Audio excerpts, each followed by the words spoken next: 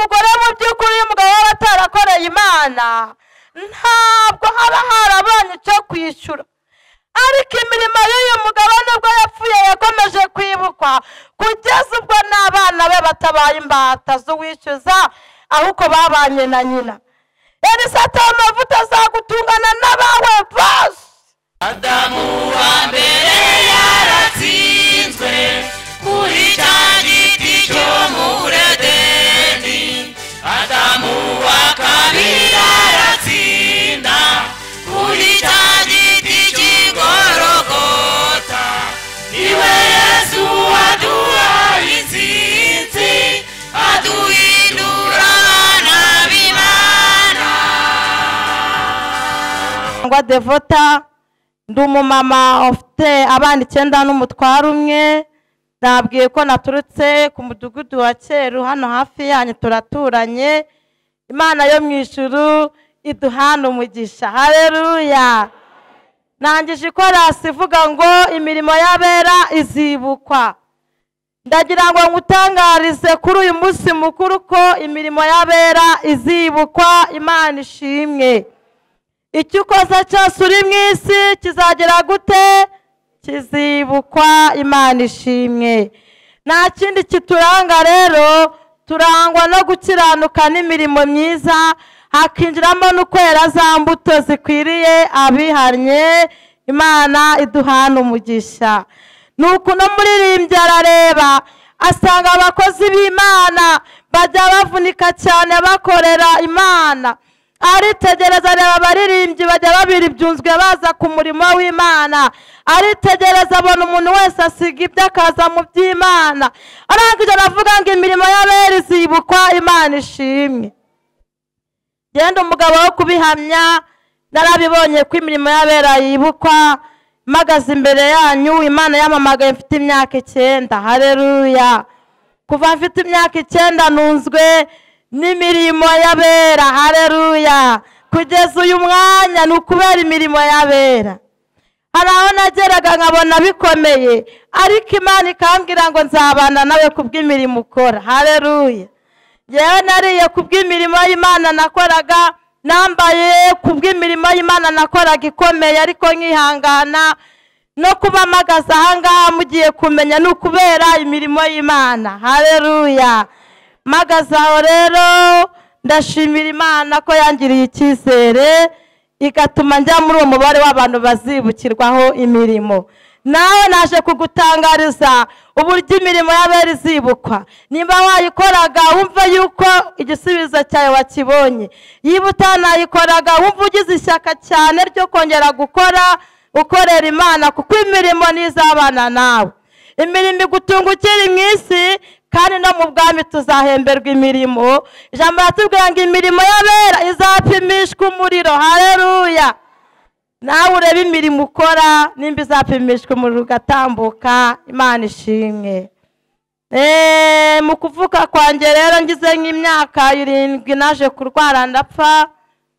Birarangira hari amaze gupfa abakuru banjye 2 bapfira umunsi umwe, nanjye nza kurwara ndapfa, ariko Imana iransura. Haleluya. Mama wanjye yajyaga ambwira ngo arazi ko ntazabyara cyangwa mbashe kwicara, kuko igihe cyarageze muko kuzuka bakajya bonekeza ku ntebe negamiragaho, ariko Yesu yankijije umugongo. Byarabana 9 ndamushimiye. Haleluya. Imana izi ko hari ikintu uzayikorera ibasha kukurinda. Haleluya. N'abandi rabarinda, ariko noneho haleluya harimo tena. Imana ishimwe. Rero mpagaze aha hantu ndagira ngo mbatangarize yuko Imana ibakunda. Haleluya. Iriya korari Imana irayikunda. Salemu namwe mwese Imana irabakunda.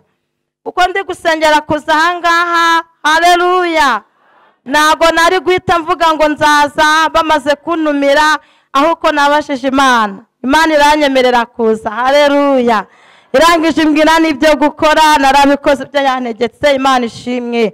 Abantu Imana yari yarabwiye yuko bazatambutsa ivugabutumwa rikagera hanze, nibagire gutya turebe. Aba bantu Imana yabashubije. Haleluya. Imana ishimwe nk'uko wacu yababwiye ubwo kuva iyi minsi yose kuva ejo uzajya nawe umuntu wese akubona uri kuvugira Imana. Benshi bazihana bazakomera. Ibyo byose ni imirimo y'abera. Imana ishimwe. Ndashimira rero korali yangiriye icyizere, abayobozi bangiriye icyizere. Imana ibaha umugisha. Ndashimira iwacu Jean Marie Vianney nawe dukorana umurimo. Imana ibaha umugisha. Itorero ryose ndarishimiye. Imana iduha umugisha. Haleluya. Reka twinjire mu ijambo ry'Imana. Ndumva uko biri kose mbibwiye. Amina. Ariko umuntu rwose wumva afite intege nkeya, Imana yongera imugarukeho. Haleluya. Kandi yongera yishakemo imbaraga. Imana ishimwe. Tugiye gusoma ijambo ry'Imana dusanga hano muri Yohana ibice 4. Reka dusome muri Yohana ibice 9 umurongo wa 4. Haleluya. Tunasoma mu izina rya Yesu nimba mwahageze. Yohana 9 umurongo wa 4. Haranditse ngo mwiriye gukora imirimo y'uwantumye hakiri ku manywa, kuko bugiye kwira igihe umuntu atakibasha gukora. Amen.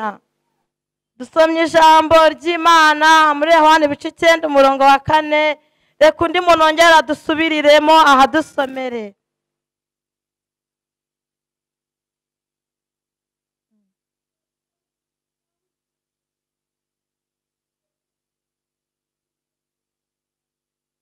Amen. Imana imukorari cyangwa se ugakora imirimo runaka itandukanye, kandi habaho n'ikindi gikeneye amaboko yawe ukagikora, kuko igihe kigiye kugera bwire. Imana ishimwe. Ngo ni igihe kizaba umuntu ntashobore gukora. Haleluya. Mu gihe ugishobora gukora kora, kuko iminsi yo kwira nimba igeze ntabwo uzashobora gukora. Imana ishimwe. Uyu ni Yesu wabivuze. Akiri mu isi yarakoze kuko ntagiye yigize aruhuka. Ariko nawe ukiri mu isi korera Imana akiri ku manywa. Imana ishimwe. Haleluya. Twatangije ngo imirimo y'abera izibukwa. Imirimo dukora niyo izaduherekeza. Haleluya. Njye nigize kurwara muri 2019, mbona uburyo umuntu yapfuye imirimo imuherekeza. Haleluya. Natambutse ahantu gatoya mba ndenze ahantu hari bateze uburozi ndaburenga, ariko Imana yari yambwiye ngo ndashaka kwereka abantu ko ari njye kurinze. Haleluya. Nahise ndenga uburozi ngo bucye umuntu yapfuye, ariko njye ntago napfuye. Dufite umugabo utuneshereza. Hari n'uwavuze ngo ntago uburozi bujya bukora ku muntu avuganye n'Imana. Haleluya. Rero ubwo burozi nyine naraburenze mu minota 5, ibere ryarabyimbye ringana kuriya, no kuhava birananira. Nkuko kurwara iryo bere niho naje gupfa, mbona uburyo imirimo y'abera izibukwa. Haleluya.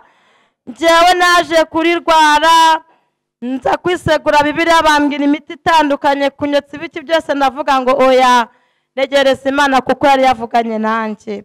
Nkuko kugenda gake niho naje kubona umuntu yapfuye, ikintu cya mbere kimukurikira ni imirimo. Haleluya. Ni ukuvuga ngo ukibwira umwana wawe ngo papa warapfuye, igitabo cya Mariko mu ijuru kirimo imirimo yakoze mu isi gihita kimanuka. Haleluya. Ikuzimu naho nabonye bahita bazamura ikindi gitabo cyandikwamo ibyo ukora. Bivuze ngo uri ku isi ucungwa n'ahantu habiri. Mu ijuru bandika imirimo ukora, no kuzimu bakandika. Niho nabonye uburyo baburana umuntu. Haleluya. Ni ukuvuga ngo barakuburana, bamara kukuburana ugutsindiye akagera gute akaba ari we bakujyana. Kandi bivuze ngo hari umudamu nabonye ibintu byose yari yarabyujuje w'umukristo, ariko ngiye ko nabona ikuzimu baramureze ngo yarishe, ngo kandi babahoye ubwibane, ngo nta kuntu umwicanyi yabona ijuru. Ndangije mbona marayika arigendeye, mbona wundi baramumanuye yazize icyo cyonyine. Naje kubona irangije kubarizwa imirimo yakoze mu isi. Hari aho nageze barambaza ngo vuga imirimo 5 ukorera Imana mu isi ku buryo ijuru ryatanga ingabo zikagusubiza mu isi.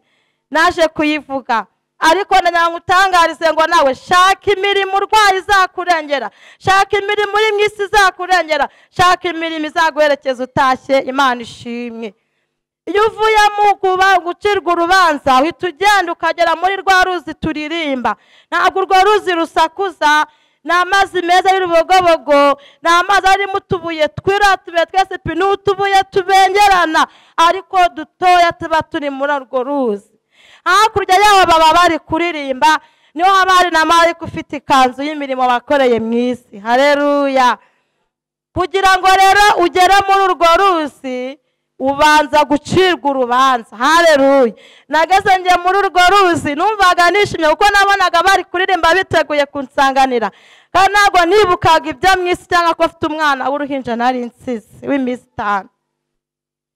Nukuri numvaga nishimye cyane kandi nabo baba banezerewe.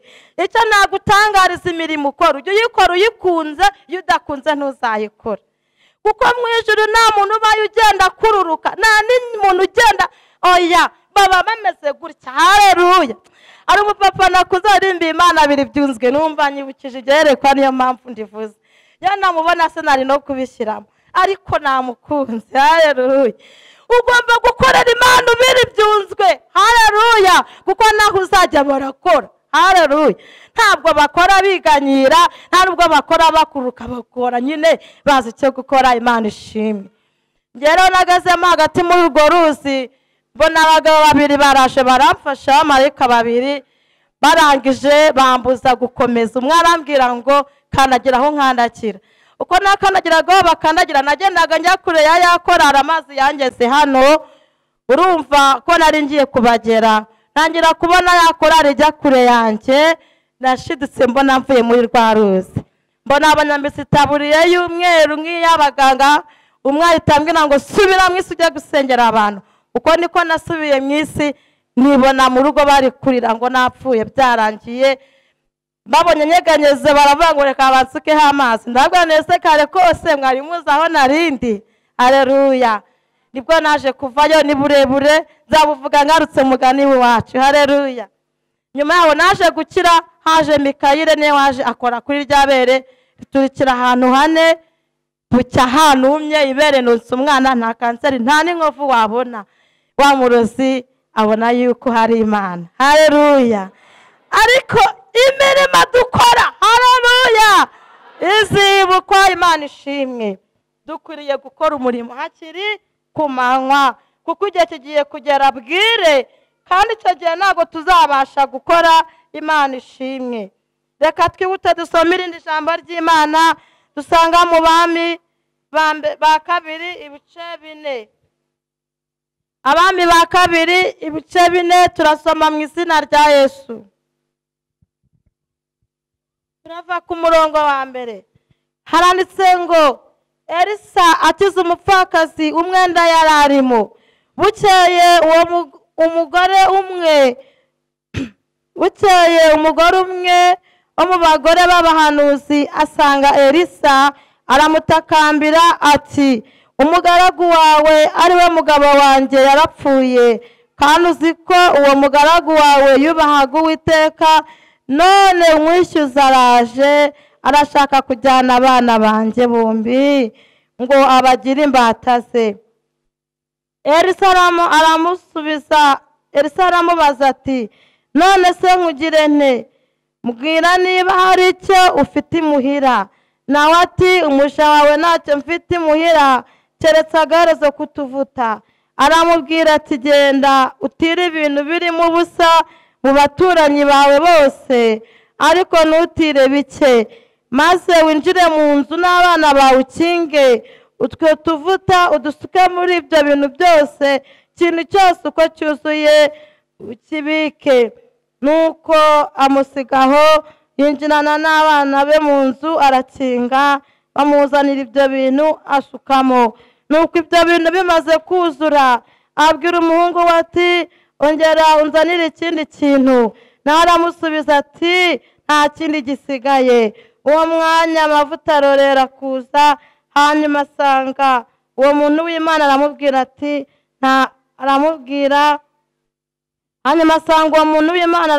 ati nawe ati genda, aramubwira ati genda ugurisha amavuta wishyure umwenda wawe, asigara gutungane n'abana bawe. Amena. Haleluya. Uyu mugore, umugabo we ngo yari umuhanuzi. Haleluya. Kandi ngo yari n'umukozi w'Imana. Haleluya. Nukuvuga ngo nubwo yari umuhanuzi, ntiyari umuhanuzi ku giti cye, ahubwo yari umuhanuzi w'Imana. Imana ishimwe.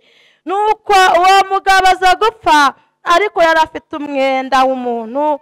Nkuko nawe wasohoka ahangaha warangiza ugahita utaha utabiteguye. Aza gupfa imideni, wenda arazi ko azabyishyura nko kuwa kabiri, apfa ku cyumweru. Ariko mu by'ukuri kuko atanafite umugambi wo kwambura uwo muntu nawe yatunguwe, byatumye Imana ibibona, yibuka imirimo yakoreye mu isi, irangije irengera umuryango we.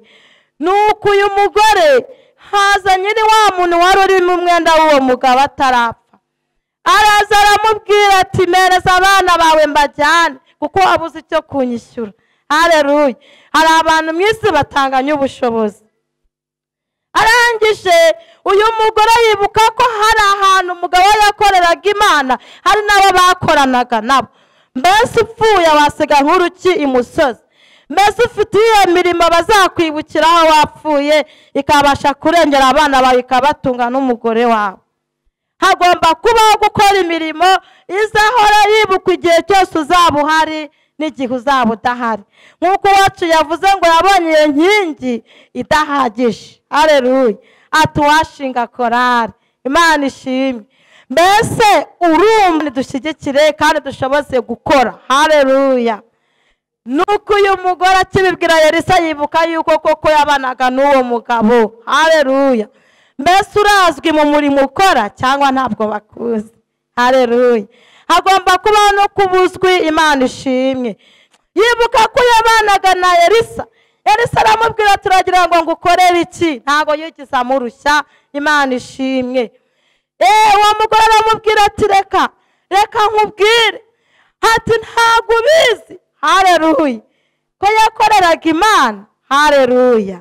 Mbese uzasiga ubuhe buhamya? Haleluya. Ufite ubuhamya uzasiga?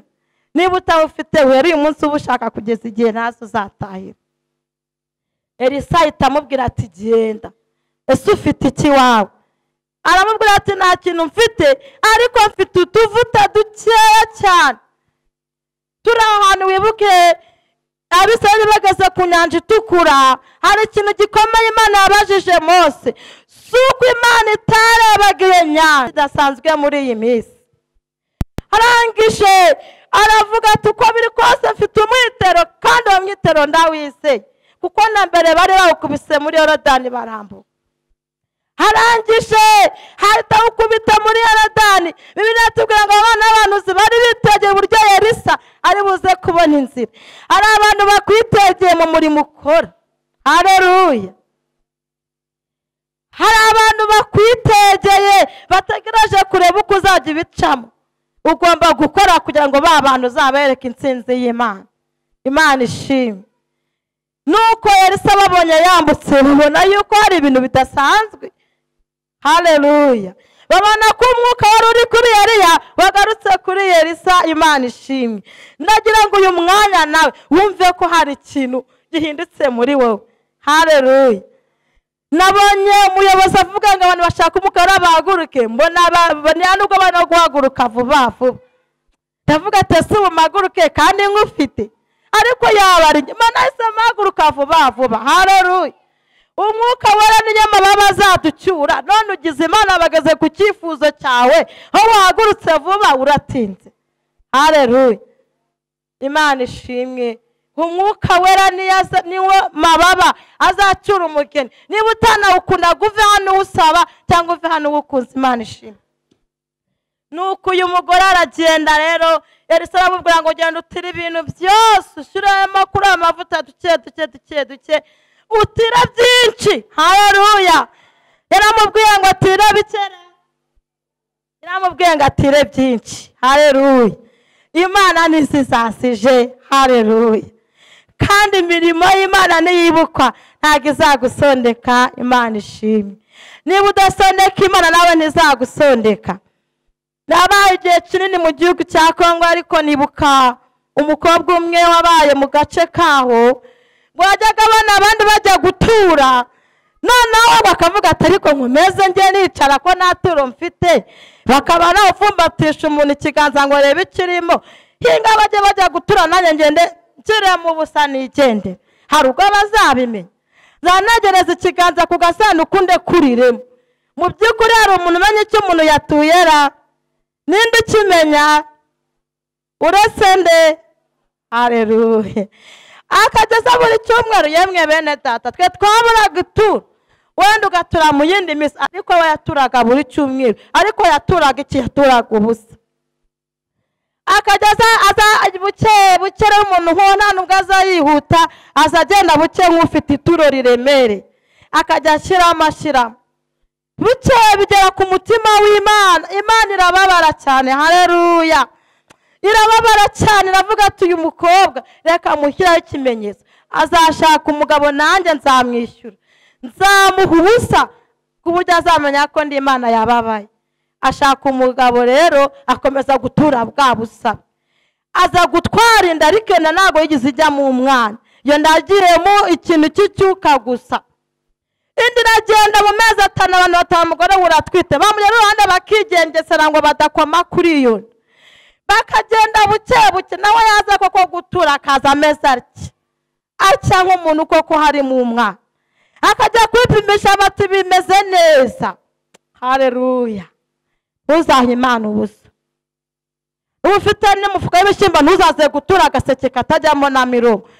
Terura nk'iki kintu rwose ujye gushimira Imana. Haleluya. Haleluya.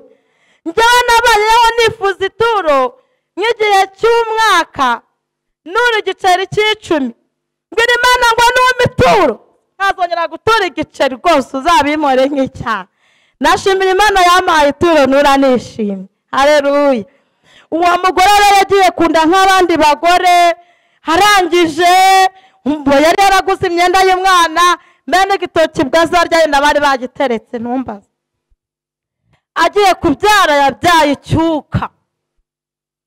Icyuka kiratambuka, baragije babona indibereye aho ngaho, mbese nk'umuntu ubyaye murabindusha cyane. Haleluya. Habaho igikuba, bati bigenze gute? Umuntu nta hantu hamurya, umuntu ntarwaye, umuntu bimeze gute ko turi kureba uyu muntu abyaye kandi ntacyo tubona? Ariko mu by'ukuri icyo cyuka ngo cyaratambutse pe. Abanyamasengesho rero, ikintu twe cyose twakoraga twabazaga Imana ahantu twabaga. Pastor ati habaho groupe y'abanyamutwari ijye kubaza ibi bintu, se ne baramuroze bigenze ute? Hasigayemo umwana twitabaza ubuyobozi. Imana iravuga ati nimugende mu mumbarize ngo yanturaga ubusa nanjye namwishyuye ubundi busa. Nababwira ko yigize atura iminsi yose mwamubonye muze mubimbaza. Baragenda bati ko Imana ivuze ko waturaga ubusa, nibyo koko wihane? Nimba yaragize ngo uwo mwana aragaruka itavuga nibyo rwose, ntabwo yigize ahakana. Patira Imana yabayihaye ubusa, nawe yaguhaye ubusa. Ntuzahereze Imana ubusa. Haleluya. Ntuzaze gukora Imana ufite ibyaha byawe ngo uzo hano utange 10,000 birimo igitenge cyiza kandi n'ahantu izina ryawe ryanditswe. Banza ufate umutima uboneze, ubone kuzana ituro. Hari umuntu ujya gusenyera ukavuga se nta n'umurimo. Hari umuntu twagiye gusenyera Imana ati ni mu musengere, maze munamubaza icyo yankoreye. Duhiga naho yasende n'irya mu gitondo turahabo. Ndagira ngo nibuza mu nzu y'Imana. Haleluya. Impande zose shakisha imirimo izajya yibukwa. Uwo mugore mu by'ukuri bwacye yagenda mu muhanda, none yari arwaye iki? Yahaye Imana iki? Haleluya. Nimuzi bya Gahini na Beri kuntu byagenze. Imana ikunda. Haleluya. Ituro ntabwo Imana ikunda ubusa. Imana idushyigikire. Uyu mugore mu by'ukuri umugabo w'abatarakoreye Imana ntabwo haba harabonye icyo kwishyura, ariko imirimo y'uyu mugabo nubwo yapfuye yakomeje kwibukwa kugeza ubwo n'abana be batabaye imbata z'uwishyuza ahubwo babanye na nyina. Elisa ati amavuta azagutungana n'abawe bose. Haleluya. Imirimo y'abera izagira gute? Haleluya. Imirimo y'abera isibukwa. Hari ahantu nageze habaho itangazo rivuga ngo ngenza ngo uriya we nta nubwo akwiriye kwambara keretse kwambara amakoma, ariko ubu nambaye amakomara. Haleluya. Ndambaye n'ukuri kandi nuko umwami nshoboje nibuka abatameze gutyo babikora, ariko sibyo naje kwirata. Abantu baravuga ariko sibo barema. Haleluya. Wowe gendana n'Imana neza izakora n'ibyo utatekerezaga. Imana ishimwe. Nuko uyu mugore abona ineza y'Imana. Tugiye gusoma izindi nkuru turangirizaho ntoya z'umushunemukazi, niturangiza bite dusoza. Turasoma hano n'ubundi mu Bami ibice 4 hariya kuva ku murongo wa 8. Turasoma mu izina rya Yesu. Mu Bami 2 ibice 4 gahunda n'imirimo yo gukora uburyo itabara umuntu, nta yindi ntego nazanye hano. Haranditse ngo iby'umugore w'Ishunemu. Bukeye Elisa arahaguruka ajya Ishunemu.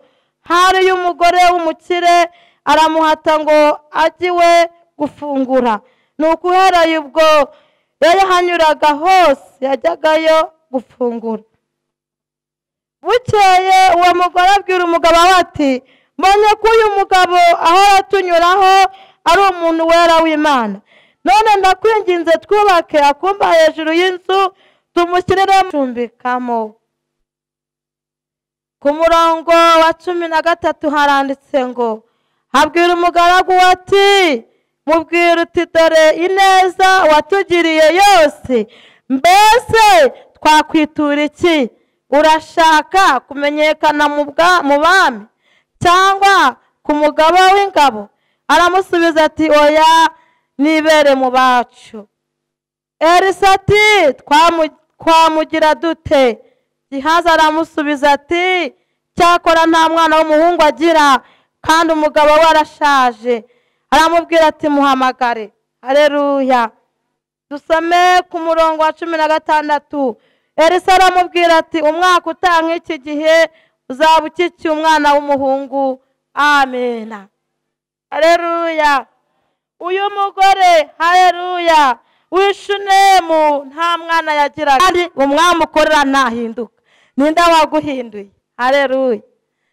Niyo umuntu yavaga iwawe yahaze, cya kintu cyo kwakira abantu b'Imana cyabaga cyiza, kandi ngo n'ibitabo rw'urwibutso birabumburwa. Imana ishimwe. Nuko haleluya uyu mugore abweza ati ni munsi wanjye muze mugiye gufungura. Ushobora guhamagara umukozi w'Imana ukamugirira impuhwe, cyangwa umuririmbyi runaka cyangwa pasiteri nk'uko wacu yavuze. Iyo amaze gufungura asiga gusabiye umugisha. Nimba harimo umurwayi arahava akirwayera. Haleluya. Ntabwo arahava akirwaye. Hari igihe uzahura nk'umuntu wahamagawe nkanjye. Njyewe uyo muye n'umuntu urwara dayimoni uko ari kunsuhuza ntiriwe nsenga, mba natangiye kwishima kera. Iminota 10 mba nabyimbye umubiri wose, babazimu bose bamaze gushyira muri wa muntu. None niwakira umuntu umeze nkahamagawe nkanjye ukamwakiriza ibijumba n'ibishyimbo agasenguza ngo uzasigarana ibyo bintu byawe, nimwongere mugire wa mutima. Haleluya.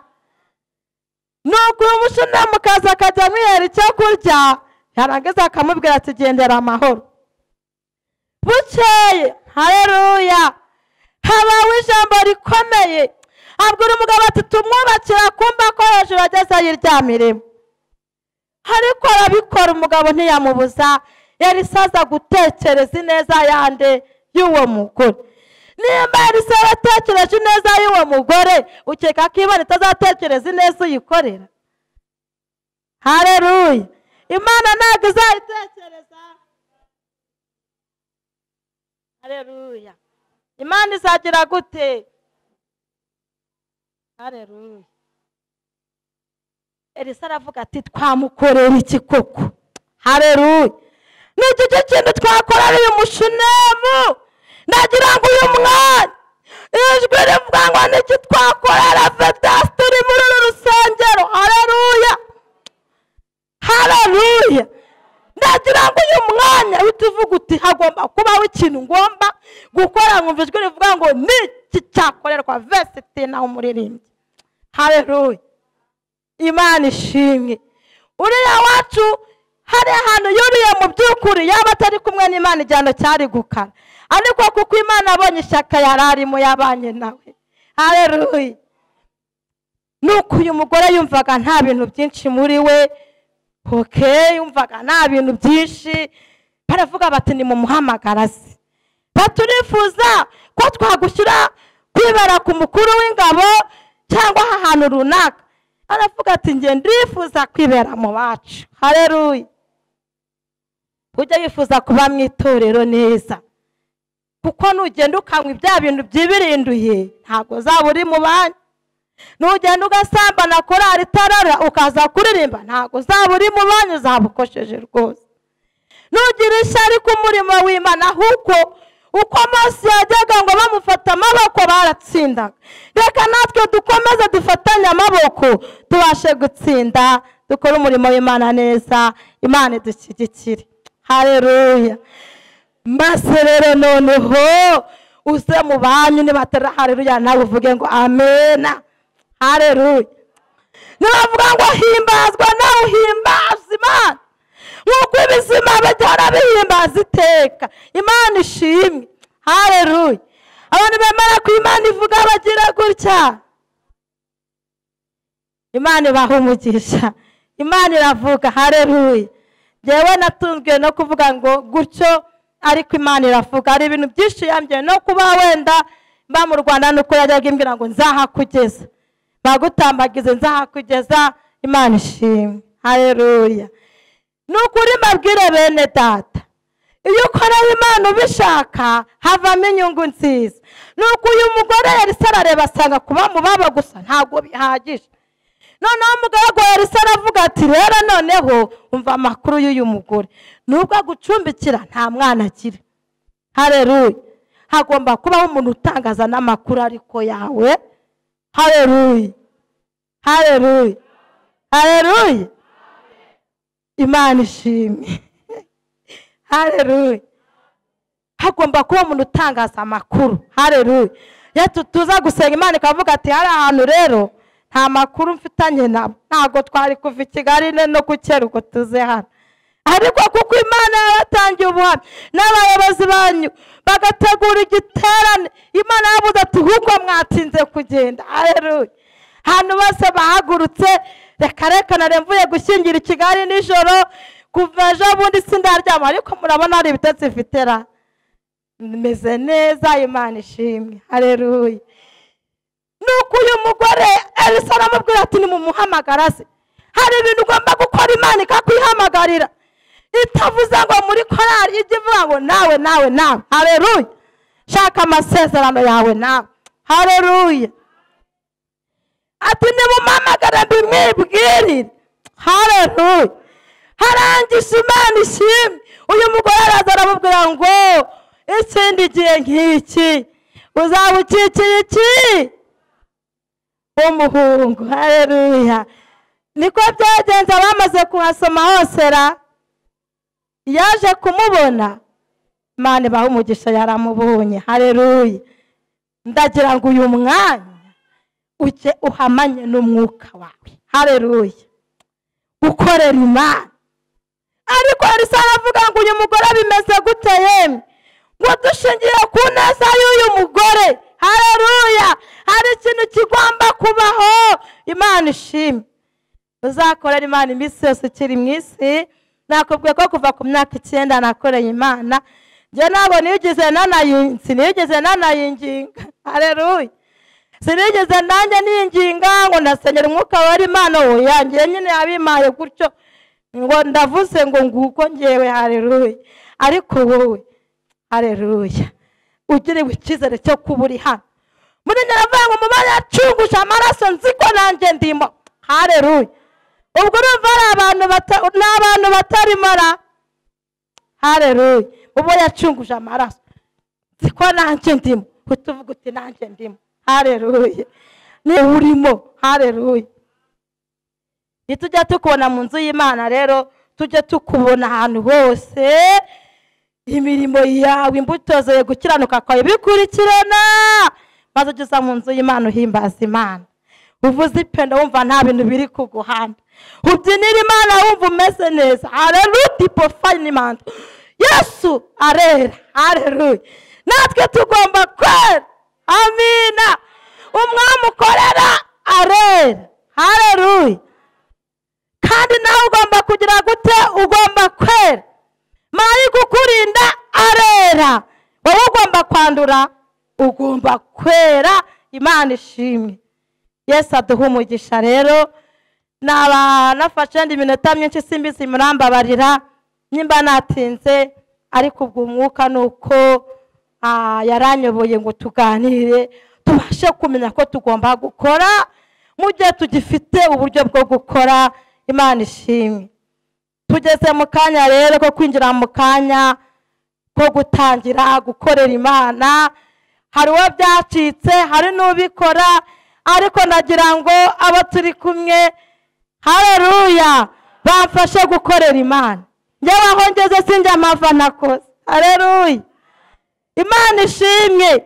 Nabwiye ko najyaga nifuza igiceri cy'ijana, koko Imana yampa 1000 nk'avantu nakoze, haleluya. Hari abantu babaye mu icumbi Imana ibakuramo, koko ntabwo wasa tugakorera Imana, haleluya. Abantu Imana yarinze, nta hantu warwaye nk'uko narwaye ngo uzumfashe dukorera Imana, haleluya, haleluya. Tugeze mu kanya ko gukufasha, tugiye gukorera Imana. Dufite message yiri ya korali ngiye bamagana invitation ivuga ngo hari n'icyo bifuza gukora, hari ibyuma bifuza kugura, ntabwo nagenda ntakoze, haleluya. Ariko nawe nimba wankunze ngwino ufashe dukorera Imana, haleluya. Ndajya nera yakora sivuga ngo imirimo y'abari sibukwa mu gihe naravuga ngiye icyo nasanye. Nawe urabutekereza nimba hari nkiri wawe ukayizana, izindi zose zikuzura mu rugo, haleluya. Nimba ari ihene ihari uraza uvuga utumva Mana nibutse ku byo wankoreye, haleluya. Nanjye bajya bagucurangira uri mu ijuru wumve biri kuvuga, haleluya. Imirimo y'abari sibukwa, haleluya. Ariko uzi gushaka inkingi yarasanyutse ariko korali iracyariho, niyo mpamvu uriya mupapa bamubonye hano, haleluya. Imana yagize kumbwira ngo ikintu cyonyine uzakora ku giti cyawe kizibuka, cyabikora imirimo yose y'ukora genda yubakwa ku nzu, ku makanzu, ibitanda. Musanze nkurikira bwa kabiri yaje kurwara, amaze kurwara arapfa pe. Tugiye kumushyingura arakanguka, avuga ati ni mu migikoma nagiteka turamuha, tutese ubonye iki? Ati njyewe nari nigendeye, ariko inzu yanjye nayegezemo, ngiye kuryama mburamo igitanda. Imana irambwira ngo subira mwese ujye gukorera igitanda, haleluya. Nimba abandi bari kugarurwa n'igitanda, nambe we yari yanasakaye, barasakaye, haleluya. Ese igeze mu gikwa ibi tugiye gukora, hari aho biri bugende bikora. None nimba ushaka ko mu ijuru hazahora n'ururabo rwawe, ujye uzana n'indabo mu rusengero. Imana yo mu ijuru iguhe umugisha. Iwabo w'inyamaswa zihuma, none turi mu rugo rw'Imana, mureke tumutambire ishimwe. Nimumfashe dushimire Yesu, nareyo mu muryango wa Yuda, kuko twibutsa aho yadukuye. Iwabo w'inyamaswa zihuma, none turi mu rugo rw'Imana, mureke tumutambire ishimwe. Saninanga n'imyirongi nanereru y'imigacumbi, turime ducurange tutishima Yesu warakoze. zaninanga n'imyirongi none rero imigacumbi turirimbe ducurange tutishima Yesu warakoze.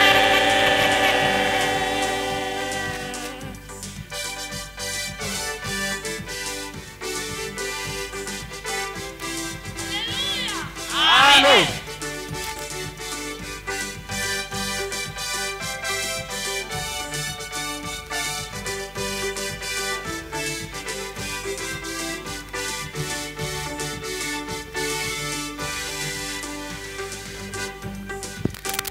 Adamu wa mbere yaratsinzwe kuri cya giti cyo muri Edeni. Adamu wa kabiri aratsinda kuri cya giti cy'Igorogota. Niwe Yesu waduhaye intsinzi aduhindura abana b'Imana.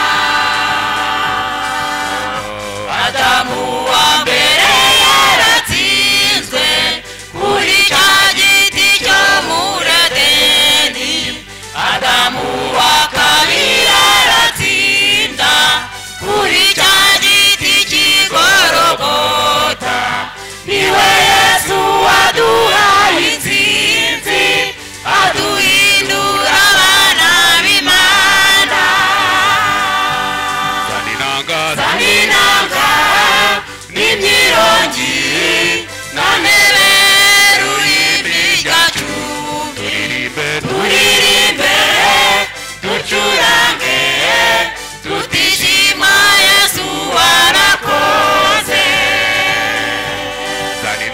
Zaninanga n'imyirongi none rero imigacumbi turirimbe ducurange tutishima Yesu warakoze.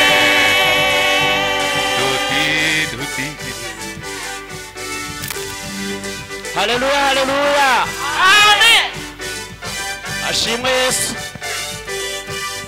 Amen.